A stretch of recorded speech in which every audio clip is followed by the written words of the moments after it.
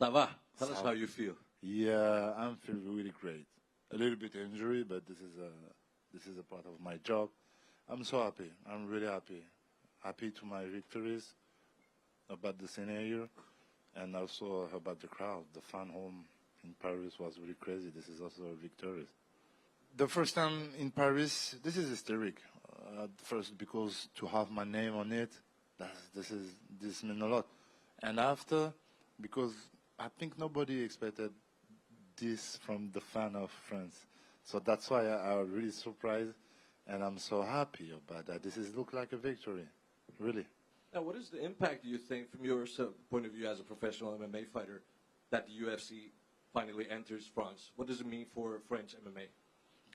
A lot, because this is going to put a little bit more light. You see, the French fighter need to shining a little bit more, and to have the UFC in Paris. Look, a great example, William Gomez, the second fight of the French fighter.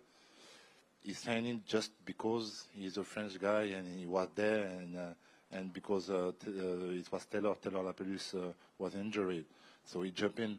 So this is a chance to have the UFC in Paris. It's a real chance. Is it your right hand?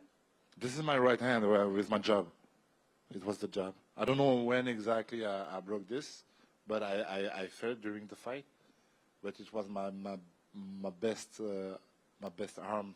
Yeah, I don't know if I can say that, but so I continue with my jab, even if it was broken. You thanked the fans in the octagon. What was that moment like for you?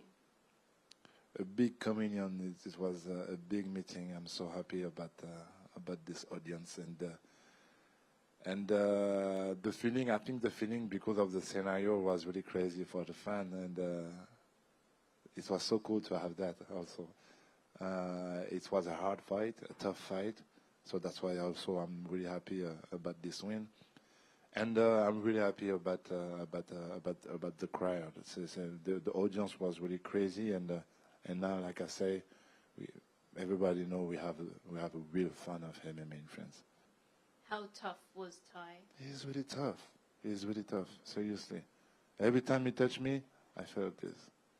Seriously. And of course, you said you want the belt next. Francis was cage-side. Have you managed to bump into him at all backstage? C'est quoi la question? Well, I saw him in the waiting at first. He wasn't waiting yesterday, and he told me the good luck for today. So respect, only respect.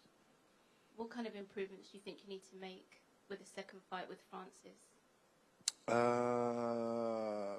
I think Francis did very well because he had more experience, more maturity. So he did a really great choice. So that's why I don't think it was really better than me at this day, but he did really better. So if tomorrow I have my revenge, I must do a better choice. And will you sit out and wait? I think he said he wants to return early 2023. Will you sit out and wait, or would you perhaps consider taking another fight in the meantime? But no, I don't know what's going to happen exactly, and I think nobody knows exactly what's going to happen. They had a big turnover in this division at this moment, so I don't know if it's going to be an interim title. I don't know when he's going to come back, if he stay in the division, Francis. I don't know when he want to fight, able to fight. So I don't know exactly, but yeah, exactly. No matter who, like I say every time, anyone, anywhere. But now, I'm looking for the belt, yeah. Thank you. Congrats. Pleasure. Ciryl over here. Bonjour.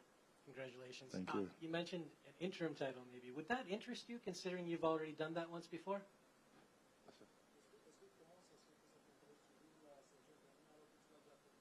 No, because I understand this is the UFC need to manage this situation, and it's not easy. You have a good, you have big injuries, big surgery, so I can understand. If I doesn't want to waiting too long time, yes, I'm okay with an interim title. This is put me on the first line for the belt, yeah. And would the person to make the most sense? I know the fight ended very quickly by injury, but would Curtis Blades make the most sense then? For an interim title? Oui. No matter who, my man.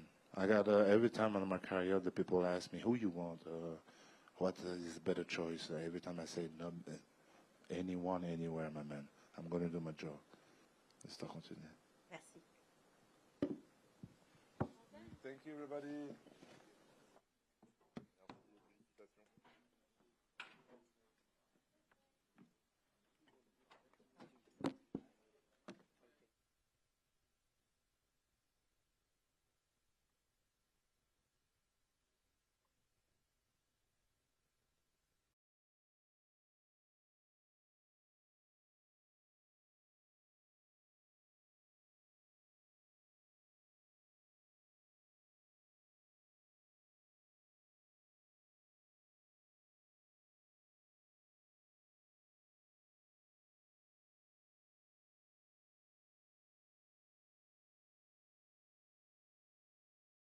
Now, what do you see for your own future now?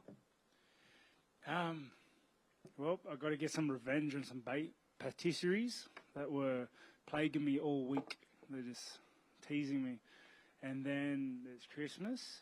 But, yeah, I hear there's rumours of an Australia card. I would love to fight in my backyard. And I think that's the next move for me. As for who I'm fighting, mate, I'm a fiend for progress. I want to go forward. I'm hunting that gold still. So I'm always going to be lurking around, just destroying whoever they put in front of me until I get a chance to gobble up that gold.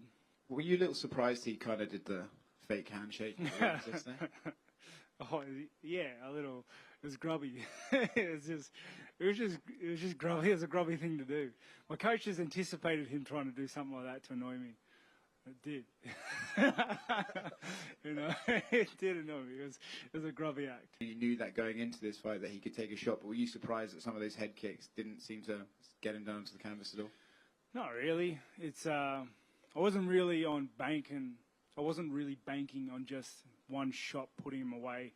I wanted it to hit him. Like I planned to hit him for 15 minutes, and I worked relentlessly during the camp to make every shot count, and it did. It hurt him. You could see it in his eyes. You could see it in his movements. You could see him coming out in 2, coming out in 3. He wasn't the same man walking in there. There's this division, and there's you and Israel at the top, and then there's a gap between you two and everyone else. I'm the most dangerous man in the division. You know, Israel's the champ. He beat me twice.